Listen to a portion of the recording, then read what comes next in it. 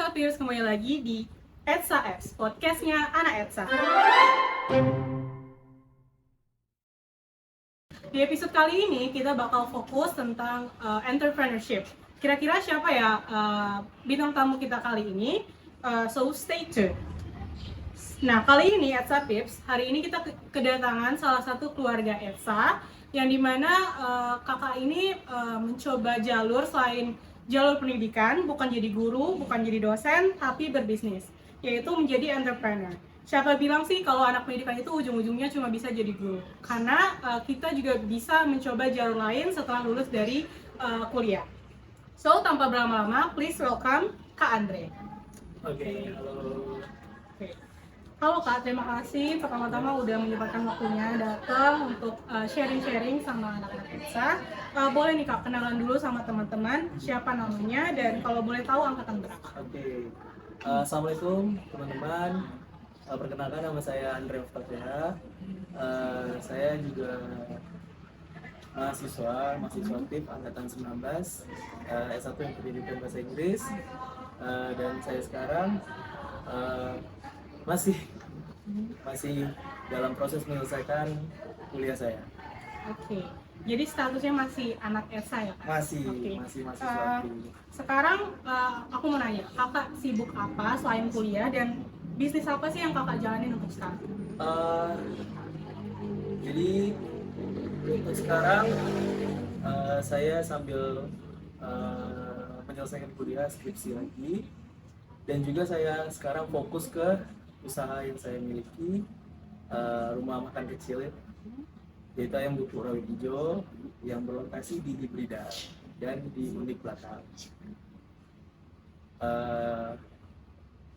Untuk keseharian seseorang yang memiliki dua kesibukan, yaitu kuliah sama mengerjakan bisnis, pasti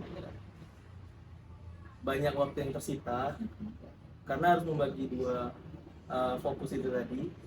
Cuman pada awalnya sedikit gelabakan, gagu gitu.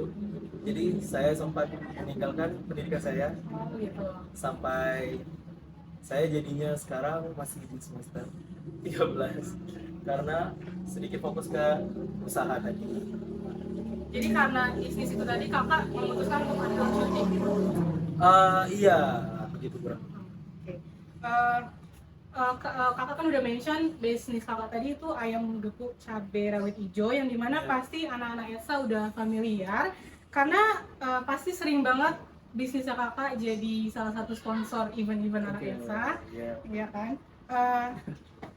Aku mau nanya juga, kenapa akhirnya memilih berbisnis Kak? Bukan misalnya jadi guru les Kak atau gimana gitu? Pada awalnya sebelum kuliah itu saya dari kecil juga udah nggak terlalu kecil, di usia SD, SMP, masuk sekolah, waktu sebelum kuliah itu udah tertarik dalam dunia berdagang dan berbisnis. Jadi hal yang pertama saya lakukan dulu, saya itu suka membantu dalam usaha catering nenek saya. Ya dulu juga sempat nge-handle cucian mobil milik saya sendiri. Namun sekarang saya kontrakan.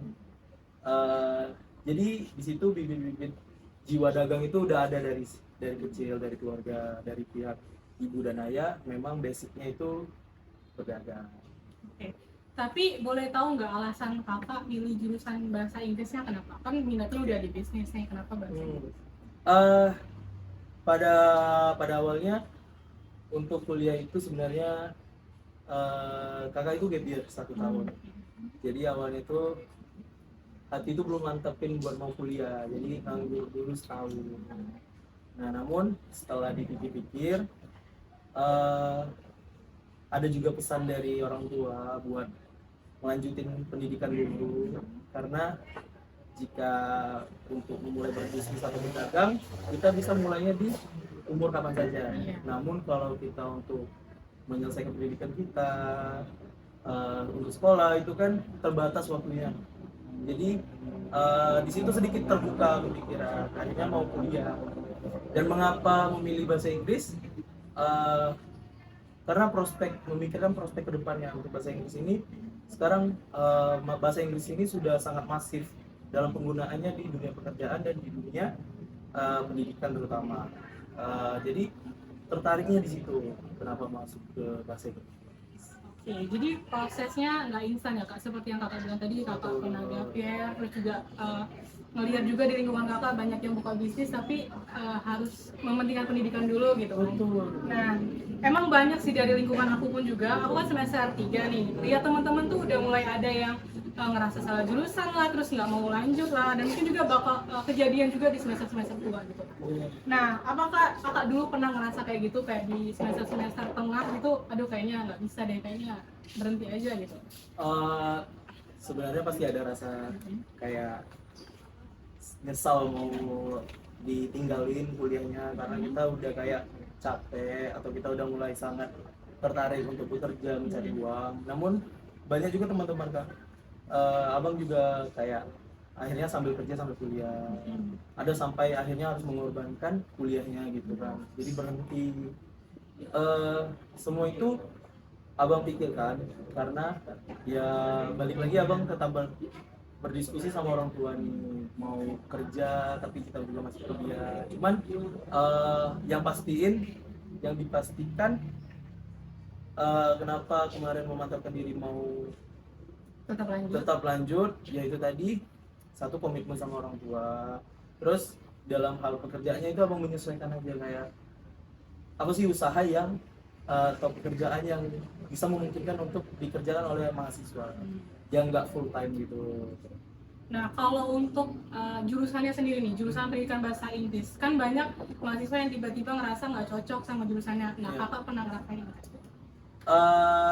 Ada beberapa contoh teman kakak atau adik tingkat atau kakak tingkat yang merasakan, atau bahkan nggak abang sendiri lah, merasakan kayak atau salah dalam memilih jurusan atau salah langkah lah dalam mengambil pendidikannya.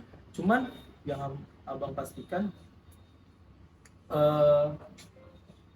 jalan yang kita hadapi sekarang itu bukan sesuatu hal yang tiba-tiba atau hal yang tidak ada awalnya. Nah, balik lagi ke sebelum kita memilih untuk merasa salah jurusan dan untuk menghentikan pendidikan kita, ya kita coba flashback lagi. Kenapa sih kita kemarin memilih jurusan ini? Dan satu lagi, hargai apa yang sudah kita ambil dan apa yang kita dapatkan. Karena banyak juga orang yang mau di jurusan kita pilih sekarang, itu banyak yang gagal mendapatkannya. Nah, maka dari itu yang terpenting adalah sebuah kuliah itu dalam segi pendidikan dan sosial dalam kehidupan kampus itu.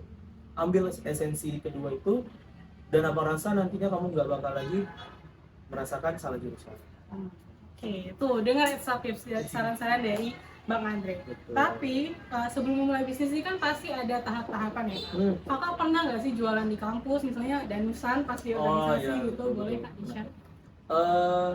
Sebelumnya itu untuk pekerjaan kemarin itu abang waktu kuliahnya itu abang sambil jadi driver Grab. Oh iya. Iya, driver Grab. Cuman di semester 3 itu kalau nggak salah bang, di mata kuliah kita tuh ada kewirausahaan. Iya.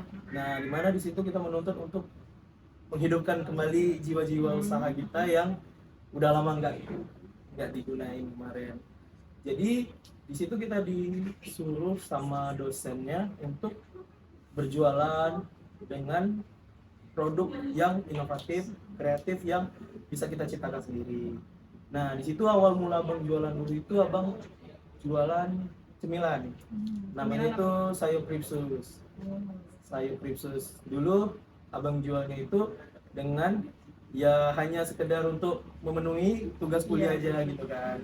Cuman karena dari teman-teman kayak suka, kayak besoknya mau beli lagi, nanyain lagi. Ada rasa senang. Iya, rasa senang dan rasa kayaknya prospeknya ada gitu kan jualan. Akhirnya mencoba untuk terus menambah stok gitu kan, yang darinya cuma 10, 20 naik ke 100, 200 piece gitu kan. Sampai abang dulu tuh nitip ke kantin kita di BP, jadi sempat juga ke sana. Dan itu berlangsungnya lama kah atau gimana? Lama. Kalau untuk tuntutan dari mata kuliah tadi hanya 6 bulan, cuman abang akhirnya sampai 1 tahunan kalau nggak salah abang jalani jualan sayur bersih itu. Nah, kan udah di-mention kakak dari jurusan bahasa Iya. Inggris. Ada nggak sih skill bahasa Inggris yang menurut kakak berguna banget dalam berbisnis, dalam berjualan gitu? Menurut abang sih bukan masalah untuk anak bahasa Inggris aja nih, untuk S1 pendidikan bahasa Inggris, tapi untuk semua orang aku rasa bahasa Inggris ini sangat diperlukan, karena di dunia entertain, di dunia bisnis, pekerjaan sekarang bahasa Inggris itu udah digunakan secara masif gitu kan, yang nggak hanya sekedar anak-anak bahasa Inggris aja gitu kan. Jadi gimana ya, pasti berguna. Bagi abang kayak kemarin itu sempat ada bule nih makan di warung abang. Oh, gitu. Iya, walaupun sedikit komunikasi, cuman abang kan bisa menangkap dan mengerti dan memberikan saran dari dia. Oh, ini sedikit pedas pak, apakah bapak kuat pedas, suka pedas gitu kan.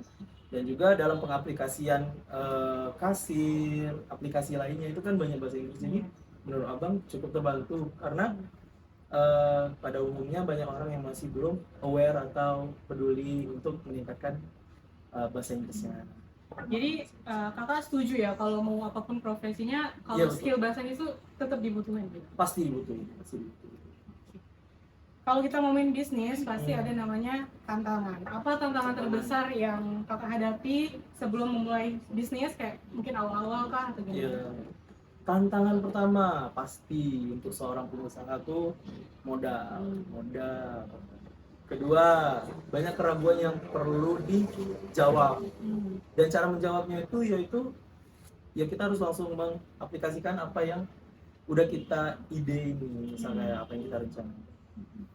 Terus yang paling susah itu untuk semua hal dalam pekerjaan itu satu, konsisten. Iya.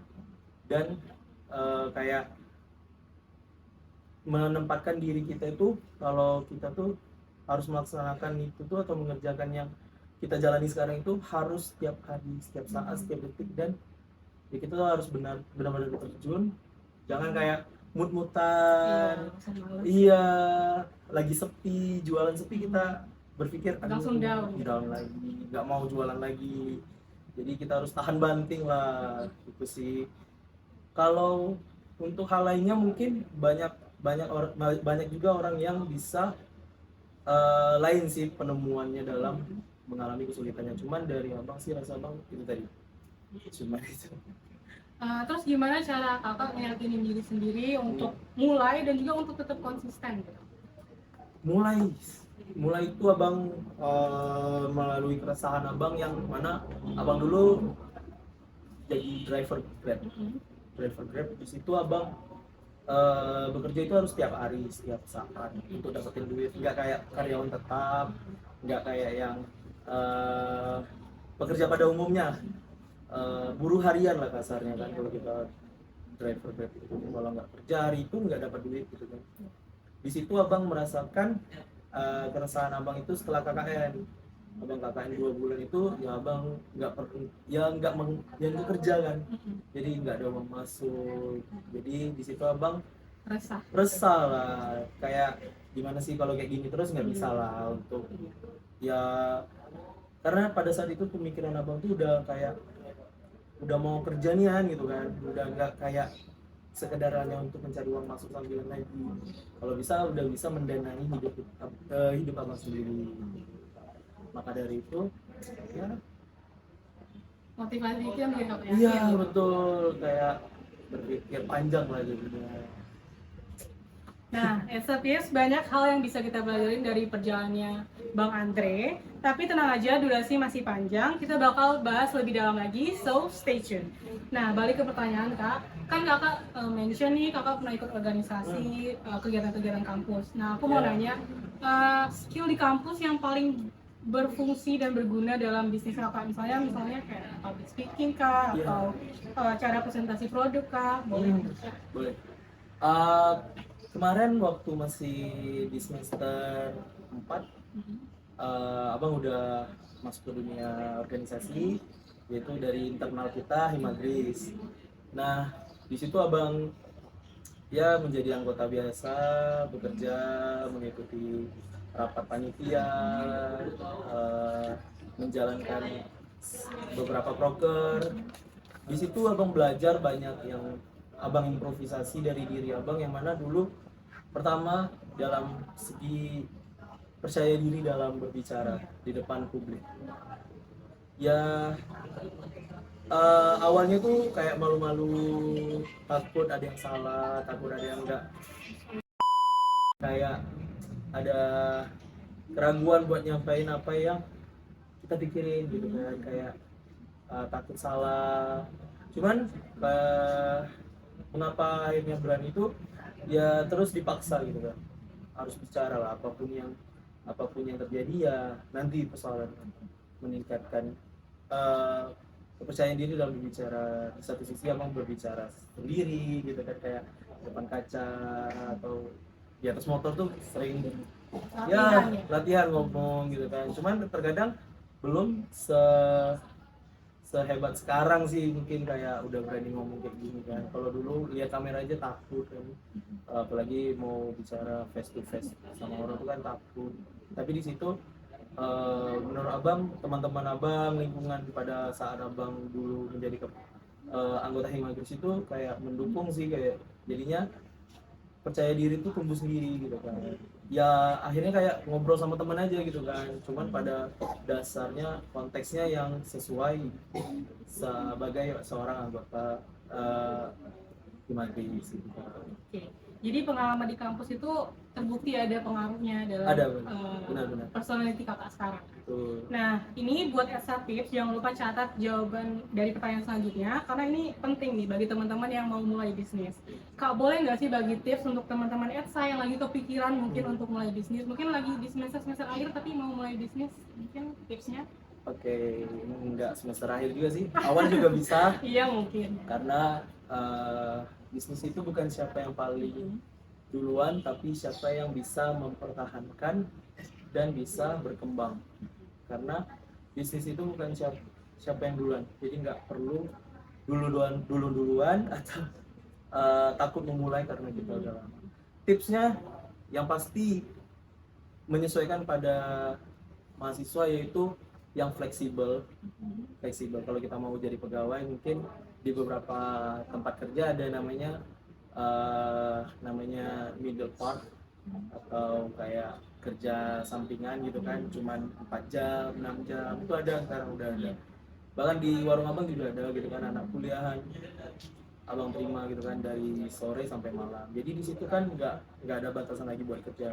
Namun yang buat untuk bisnis, abang rasa kalian harus mempersiapkan yang namanya modal, terus bagaimana kalian ingin menyebarkan atau mendistribusikan produk yang kalian ciptakan nanti. Misal kayak makanan, kalian mau bikin jual kemana gitu kan, mau titip kemana.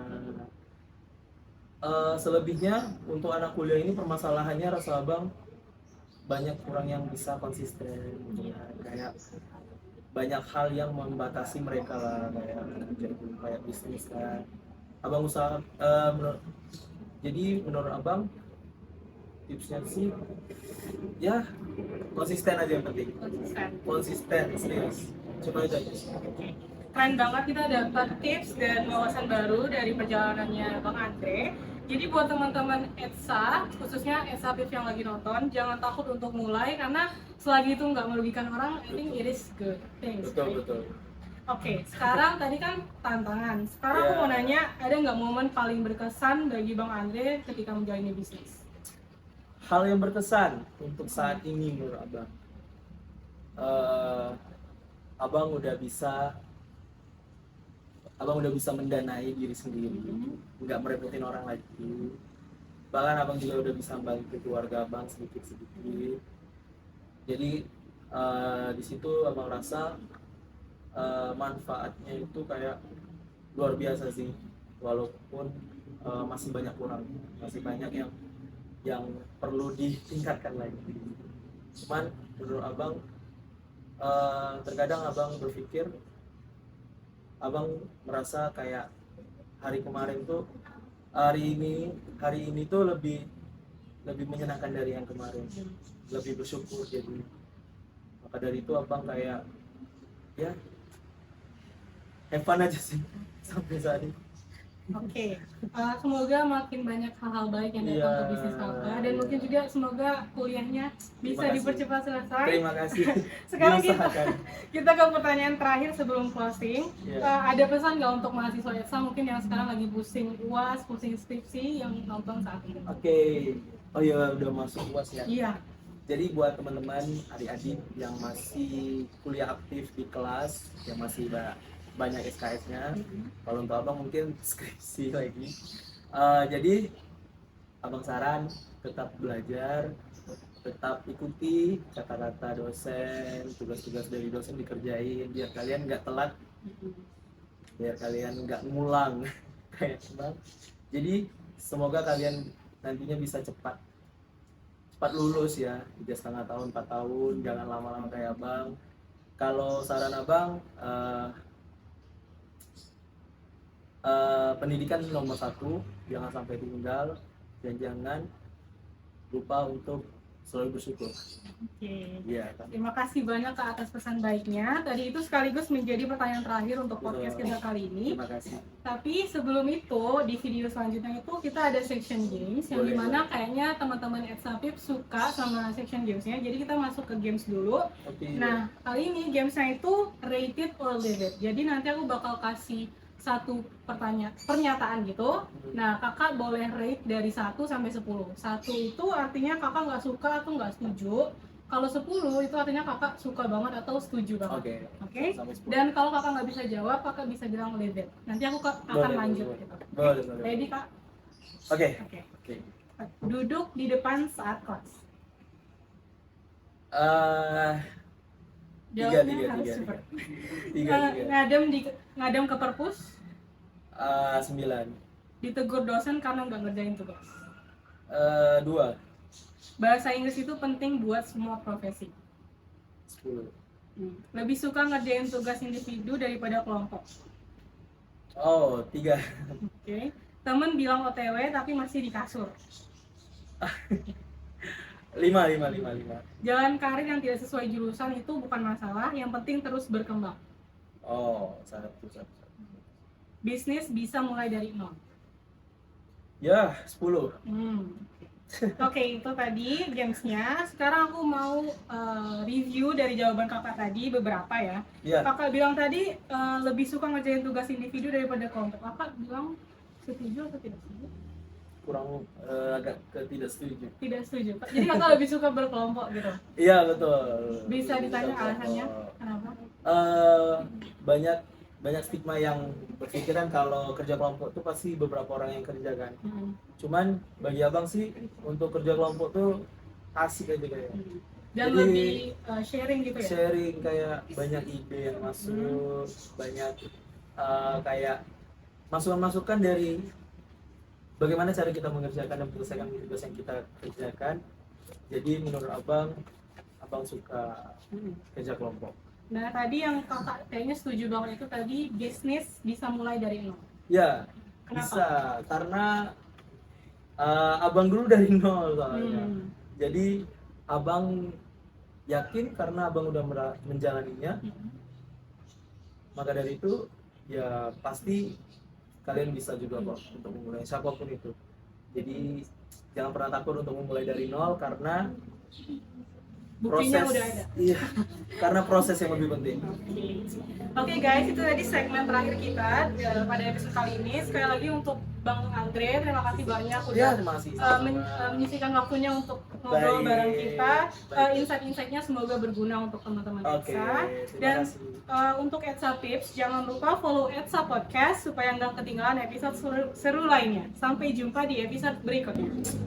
ETSA Apps, podcastnya anak ETSA. See you.